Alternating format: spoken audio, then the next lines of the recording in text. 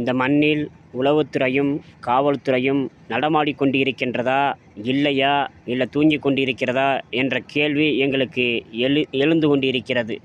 இந்த 10 கோடி வீரப்பெருமாள் என்ற அந்த கயவர் காட்டு மிராண்டித்தனமாக சாதி வெறி பிடித்து சாதி உணர்வோடும் சாதி வன்மத்தோடும் கீழ்த்தரமான பேச்சுக்களை சாதி வெறியை தூண்டிவிட்டு சாதி கலவரத்தை இந்த மண்ணில் தூண்ட வேண்டும் என்ற அடிப்படையில் இவருடைய கருத்துக்கள் ஒவ்வொன்றும் இருந்து கொண்டிருக்கிறது.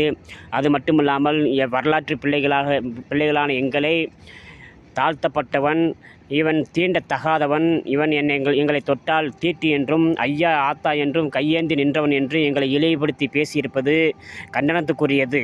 அதனால் தமிழக அரசு உடனடியாக இவன் மீது கவனம் செலுத்தி இவனை உடனே கைது செய்து உள்ளே தள்ள வேண்டும் என்பது எங்களுடைய ஒட்டுமொத்த மக்களுடைய வேண்டுகோளாக இருக்கின்றது.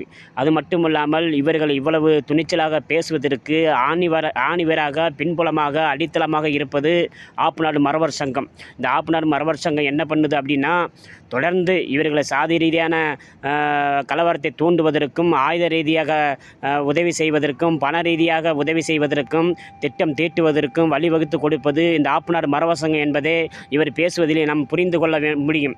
இது மட்டும் இல்லாமல் ஏற்கனவே அண்ணன் ராமர் பாண்டியர் அவர்கள் இறந்த கொலை வழக்கில் கூட அந்த கொலையாளிகளுக்கு துரோகிகளுக்கு அடைக்கலம் கொடுத்து பாதுகாப்பு கொடுத்தவர்கள் இந்த ஆப்புநாடு மறவர் சங்கம் என்பது உளவுத்துறைக்கும் காவல்துறைக்கும் தெரியும்.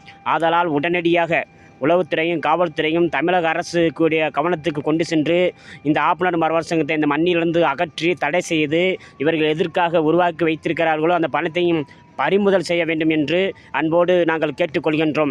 நாங்களும் இவர்களை மாறி களத்தில் இறங்க நினைத்தால் தமிழகம் தாங்காது என்பது உளவுத்துறைக்கும் காவல்துறைக்கும் தமிழக அரசுக்கும் தெரிந்த செய்தி என்று இந்த நேரத்தில் தெரியப்படுத்திக் கொள்ள விரும்புகின்றோம்.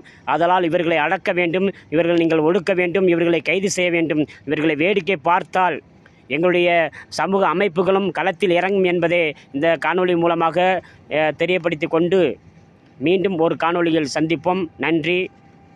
லைக் பண்ணுங்கள், ஷேர் பண்ணுங்கள்.